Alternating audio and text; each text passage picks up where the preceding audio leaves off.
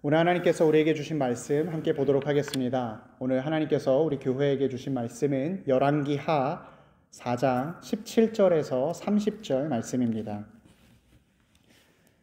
열왕기하 4장 17절에서 30절 말씀입니다.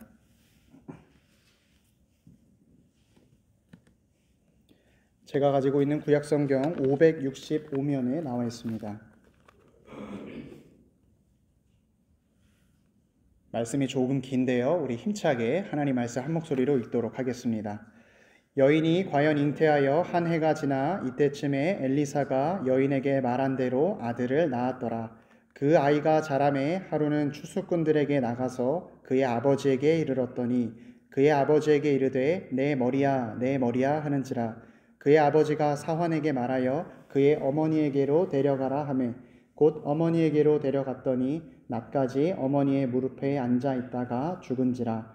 그의 어머니가 올라가서 아들을 하나님의 사람의 침상 위에 두고 문을 닫고 나와 그 남편을 불러 이르되 청하건대 사환 한 명과 나귀 한 마리를 내게로 보내소서. 내가 하나님의 사람에게 달려갔다가 돌아오리이다 하니 그 남편이 이르되 초하루도 아니요 안식일도 아니거늘 그대가 오늘 어찌하여 그에게 나아가고자 하느냐 하는지라. 여인이 이르되 평안을 비나이다 하니라. 이에 나귀의 안장을 지우고 자기 사환에게 이르되 몰고 가라.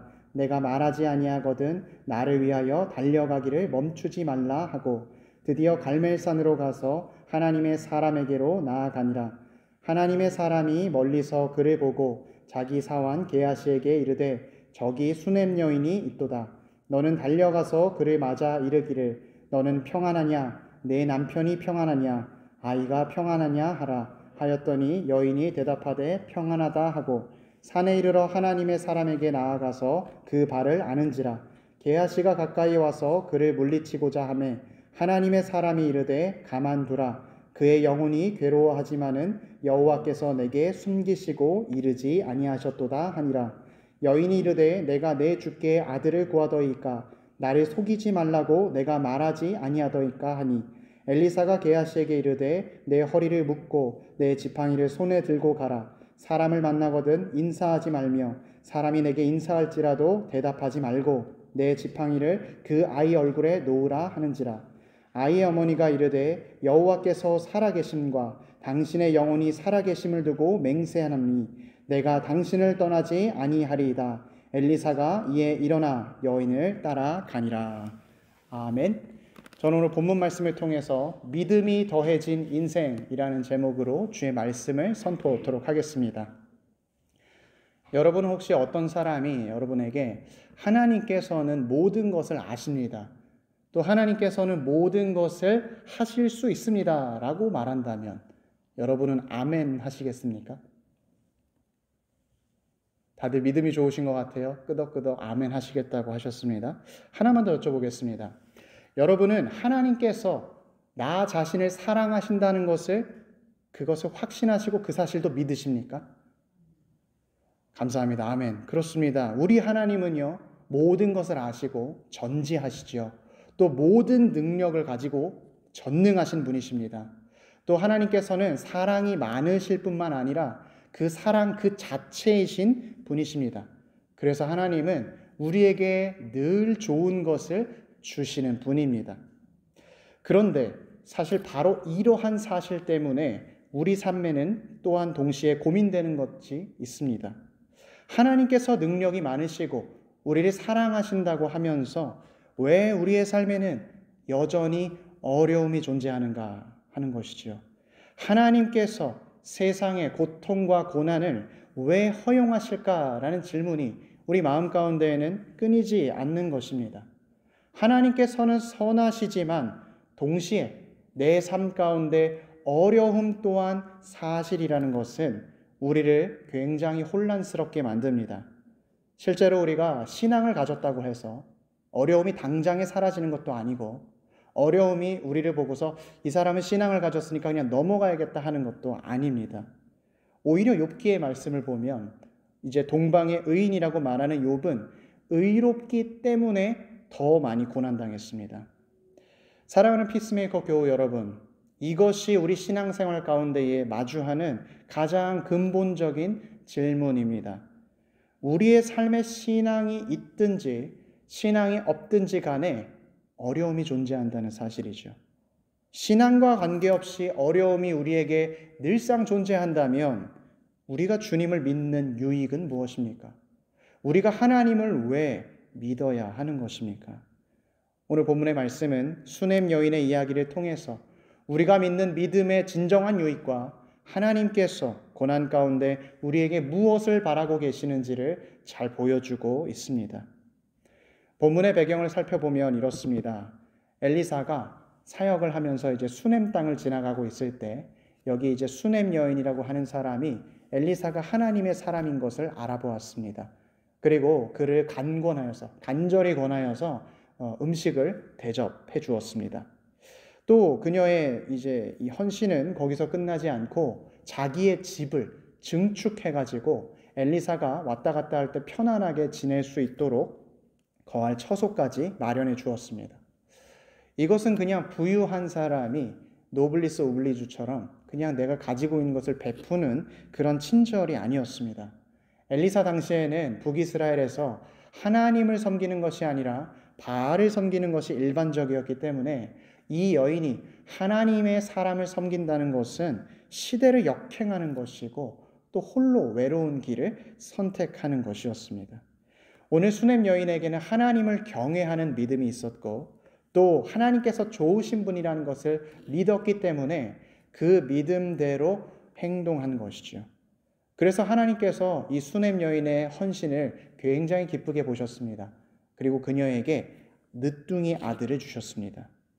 그런데 우리가 오늘 본문에 와서 읽게 돼 보니 그 늦둥이 아들, 하나님께서 은혜로 주셨던 그 아들이 죽게 된 것입니다. 저는 오늘 본문을 묵상하면서 하나님께서 왜 수넴 여인에게 이런 어려움을 주셨을까 생각하게 되었습니다. 하나님께서는 아이를 건강하게 살도록 만드실 수도 있으면서 왜 죽게 하셨을까 하는 것이죠. 사실 이것은 신앙을 가진 모든 신앙인들이 만나는 질문이기도 합니다. 내가 믿음을 가지고 살아가는데 나의 삶에는 왜 어려움이 일어나는가 하는 것이죠. 오늘 본문을 보게 되면 더 의아한 것이 있습니다. 하나님께서 결국에 이 죽었던 아이를 다시 살리신다는 점입니다. 하나님께서 굳이 이 아이를 죽이신 건 아니고 죽었다가 다시 살아나는 것을 하려고 하신다면 왜 굳이 이 죽음의 과정을 거쳐야 했는가 더욱더 이해가 되지 않았습니다. 왜냐하면 결과론적으로 보게 되면 죽었던 아이는 다시 살아나게 되었고 어머니의 품에 원래대로 돌아왔기 때문입니다. 외형적으로 보았을 때에는 아무것도 변한 것이 없어 보입니다. 그렇다면 하나님께서 허락하시는 고난과 여인이 느꼈던 슬픔은 도대체 무엇이었는가 질문하게 되는 것이죠. 말씀을 계속 준비하는 가운데에 깨닫게 된 것이 하나 있는데 이 고난이 정말로 의미 없이 끝나버린 것이 아니라 오히려 이 고난으로 말미암아 수넴 여인의 신앙이 달라졌다는 사실을 깨닫게 되었습니다. 그녀가 이전에 내가 하나님을 믿습니다 라고 말하는 것과 이제 죽었던 아들을 다시 돌려받았을 때 내가 하나님을 믿습니다 라고 말하는 이 두 대답의 내용적으로는 같을지 모르지만 그 신앙의 깊이는 굉장한 차원이 다른 내용이 숨어 있는 것이죠. 그 수넴 여인은 아들을 다시 되찾음으로서 말미암아 그녀의 고백 가운데에는 신앙의 모양만 존재하는 것이 아니라 정말로 전능하신 하나님의 능력과 자기를 사랑하시는 하나님의 사랑을 경험하게 된 것입니다. 그녀의 믿음은 이론이 아니라 실천이 되었고 그녀는 살아있는 증언을 하게 된 것입니다. 아이가 죽었을 때 성경에서 수넴 여인이 한 모습을 어떻게 증거하고 있는지 보면 그녀는 사랑하는 아들을 엘리사의 침상 위에 올려두고 문을 닫고 나왔다라고 이야기합니다. 별거 아닌 것처럼 보이지만 사실 이 수넴 여인의 행동은 굉장한 결단입니다. 수넴 여인은 아들이 죽었다라는 사실을 모르지 않았습니다. 그럼에도 불구하고 그녀는 아들의 죽음을 받아들이기 전에 하나님을 찾았다라는 것이죠. 하나님, 나에게 왜 이런 일을, 내게 은혜로 주신 아들을 왜 날 데려간 것입니까? 하나님 앞에 물었던 것입니다. 사실 그녀가 의지할 만한 것은 어떤 정확하고 확실한 것도 아니었습니다. 그녀가 생각했던 것은 엘리사가 말했던 것 중에 과거에 내 스승이 죽었던 아이를 살린 적이 있었다 라고 말했던 그 말뿐이었습니다. 그녀는 이전에 하나님께서 죽은 아이를 살리셨다면 이번에도 나의 아이를 살리실 수 있지 않을까 믿은 것입니다. 그러나 이것은 그녀가 실제로 본 것도 아니었고 확인한 것도 아니었고 그저 들은 말씀이었습니다. 그러나 여인은 그 말씀을 붙들고 엘리사에게 곧장 나아갑니다. 오늘 말씀에 보니까 자기 사원에게 이르기를 내가 말하지 아니하거든 나를 위하여 달려가기를 멈추지 말라. 그리고 그녀가 다급하게 엘리사 앞에 도착했을 때 엘리사의 발을 끌어안고 통곡하며 이야기합니다. 여호와께서 살아계심과 당신의 영혼이 살아계심을 두고 맹세하노니 내가 당신을 떠나지 아니하리이다. 자기의 생명을 걸고서 이전에 내가 들었던 말씀이 지금 이루어져야 한다고 간청하는 것이죠. 여인의 이런 행동은 슬픔과 믿음이 혼합되어 있는 아주 애절한 행동이었습니다. 그녀는 아들이 죽었다는 현실도 인정합니다. 부정하지 않았습니다. 그러나 동시에 이 고난보다 더 크신 주님께서 사랑하는 아들을 죽음 가운데 건져내실 것을 믿고 간구하고 있는 것입니다. 사랑하는 피스메이커 교회 여러분, 우리가 고난 가운데 믿음을 가졌을 때 진정한 유익은 무엇이냐? 우리의 현실이 어려울 때 그 현실을 받아들이면서도 동시에 그 현실 위에 계시는 하나님의 능력을 믿을 수 있는 것. 우리 가운데 슬픔이 있을 때에 우리 가운데 슬픔을 인정하면서도 그 슬픔 가운데 하나님이 나를 바라보시고 있다는 그 사랑을 믿는 믿음. 이것이 하나님께서 신자에게 허락해 주시는 믿음의 유익인 것입니다. 하나님께서는 우리에게 고난만을 허락하시는 분이 아니십니다. 고난을 주신 주님께서는 우리에게 믿음을 주셔서 그 믿음을 통해 고난을 이길 힘과 능력까지도 부어주십니다. 바울 사도는 이러한 신비를 해석하면서 이렇게 이야기했습니다. 사람이 감당할 시험 밖에는 너희가 당한 것이 없나니 오직 하나님은 미쁘사 너희가 감당하지 못할 시험 당함을 허락하지 아니하시고 시험 당할 즈음에 또한 피할 길을 내사 너희로 능히 감당하게 하시느니라. 우리에게 주어진 고난은 우리를 무너뜨리고 파괴하는 데에 목적이 있는 것이 아니라 아버지 하나님께서 우리를 불시험 가운데 지나가게 하시는 것은 우리의 더러운 죄를 다 깨끗게 씻게 하는 데 있는 것이고 우리의 믿음을 연단시켜서 강하게 만드는 데 있는 것입니다. 오늘 본문에서 여인은 간절한 마음으로 또 열정적으로 주님 앞에 나아갔습니다. 그리고 결국 하나님의 말씀대로 그녀가 간구한 대로 이루어지는 것을 경험합니다. 정말로 아들이 다시 살아난 것이죠. 아들의 부활을 경험한 여인은 완전히 그의 인생이 달라졌습니다. 우리가 성경에 나오지는 않아서 확인할 수는 없지만 확신할 수 있는 것은 오늘 살아났던 이 아들이 나이가 들어서 시간이 지나서 육신이 약해지면 또다시 죽었을 것이라는 사실입니다. 여인이 그 사실을 모르지 않았습니다. 오히려 여인은 자기 자신이 자기의 아들보다 먼저 눈을 감을 것 또한 알고 있었습니다. 그러나 죽음에서 부활을 경험한 그녀는 더 이상 두려움이 없습니다. 하나님께서 죽음을 이기시게 하신다는 사실을 확신하기 때문입니다. 그녀의 마음 가운데는 오히려 하나님으로 인한 기쁨이 가득했습니다.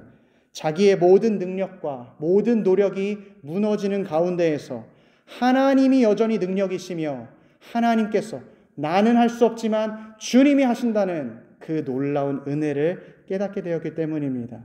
내가 할 수 있는 것은 무릎에 앉아있는 아들이 죽어가는 것을 보면서 통곡하고 눈물 흘리는 것이었지만 하나님은 죽음을 이기실 수 있었고 불가능을 가능케 하시는 분이라는 사실을 고백하는 것이죠. 또한 그녀의 마음 가운데에는 주님이 자기 자신을 사랑한다는 사실로 확신으로 꽉 차 있었습니다. 내가 절망할 때에, 심지어 모든 것을 잃어버려서 우리가 고난이 너무 힘들면 기도할 수도 없을 조차 너무나 지쳐 있을 때, 바로 그때에도 주님께서 나를 사랑하신다는 그 사실을 의심치 않고 아버지 하나님을 바라볼 수 있었습니다. 아들의 죽음과 다시 살아남 이후에 그녀의 모든 삶은 주님께서 새롭게 해석해 주시고 주님의 부활의 신앙으로 말미암아 완전히 새롭게 정의된 것입니다. 사랑하는 피스메이커 교우 여러분, 고난은 우리의 이론적인 믿음을 실천적인 믿음으로 변화시킵니다. 우리가 알고 있고 들었던 말씀을 정말로 내가 살아낼 수 있는 믿음으로 변화시키는 것입니다. 우리가 신앙생활하면서 한 주에 한 번 주일 예배에 나왔다고 할지라도 우리가 지금까지 들었던 하나님의 말씀은 수백 가지가 될 것입니다. 하나님은 전지전능하시다. 하나님은 나를 사랑하신다. 귀한 말씀들을 많이 들었습니다. 그런데 이 말씀이 진정 믿어지고 진정 깨닫게 되기 위해서는 어렵더라도 시험과 환난을 통과해야 하는 것입니다. 다들 믿음의 조상 아브라함 이야기를 잘 알고 계실 것입니다. 아브라함이 아들이 없을 때 하나님이 그에게 나타나셔서 내가 너에게 아들을 주겠다 말씀해 주셨습니다. 그런데 그 아들을 갖기 위해서 아브라함은 무려 25년의 시간을 기다려야 했습니다. 그냥 단순히 기다린 것이 아니라 작은 희망을 가졌다가 좌절하고 또 좋은 마음을 가지고서 뭔 일을 했다가 실패하고 좌절하고 그렇게 포기할 때쯤 되어서야 하나님께서는 아들 이삭을 주셨습니다. 이삭을 얻게 된 아브라함은 너무나도 기뻤습니다. 이제 그 아들을 볼 때마다 야, 나는 이제 죽어도 여한이 없다 라고 말할 정도로 아들을 너무나 사랑했고 아들로서 기쁨을 누리며 살았습니다. 그런데 하나님께서 어떻게 하셨죠? 그 아들을 내게 달라라고 말씀하셨습니다. 그때 아브라함은 지체 없이 하나님의 말씀에 순종했고 아들 이삭을 제단에 묶어서 칼을 들어 그 아들에게 향했습니다. 그때 하나님은 다급하게 말씀하셨죠. 그 아이에게 내 손을 대지 말라. 그에게 아무 일도 하지 말라. 내가 내 아들 내 독자까지도 나에게 아끼지 아니하였으니 내가 이제야 너가 하나님을 경외하는 줄을 아노라. 주님께서 이렇게 말씀하신 것은 아브라함의 이전 믿음이 가짜였다라고 말하는 것이 아닙니다.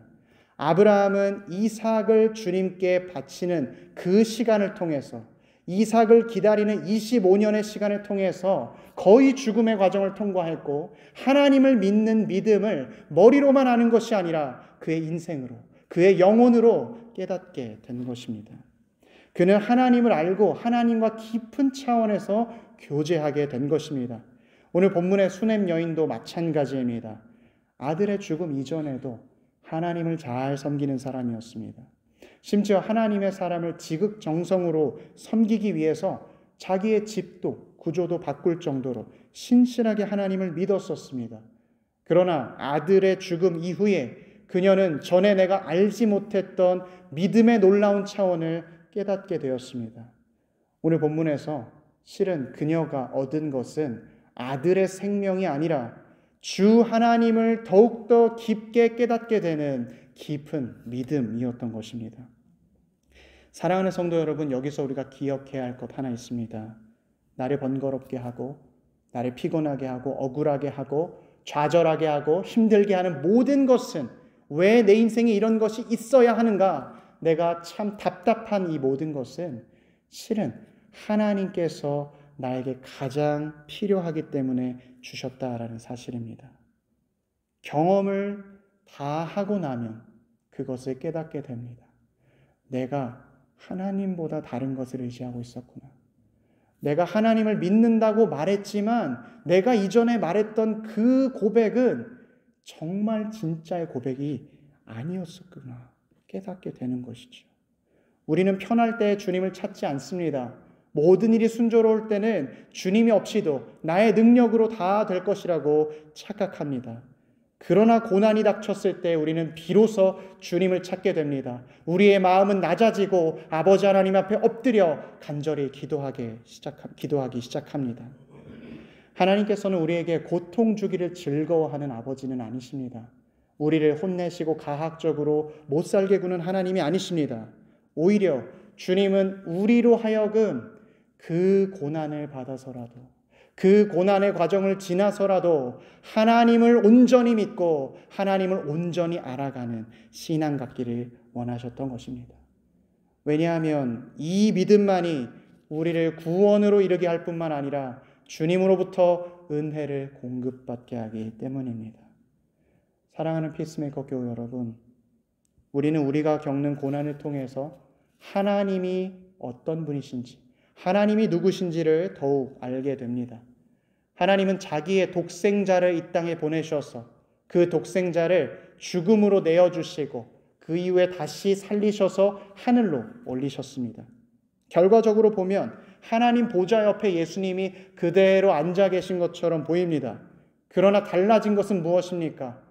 아버지 하나님께서 십자가에 달리심으로 우리의 죄가 사함을 받았고 예수 그리스도의 십자가로 말미암아 우리가 주님과 하나 되어서 주님 믿는 믿음으로 살아가고 있다는 사실입니다.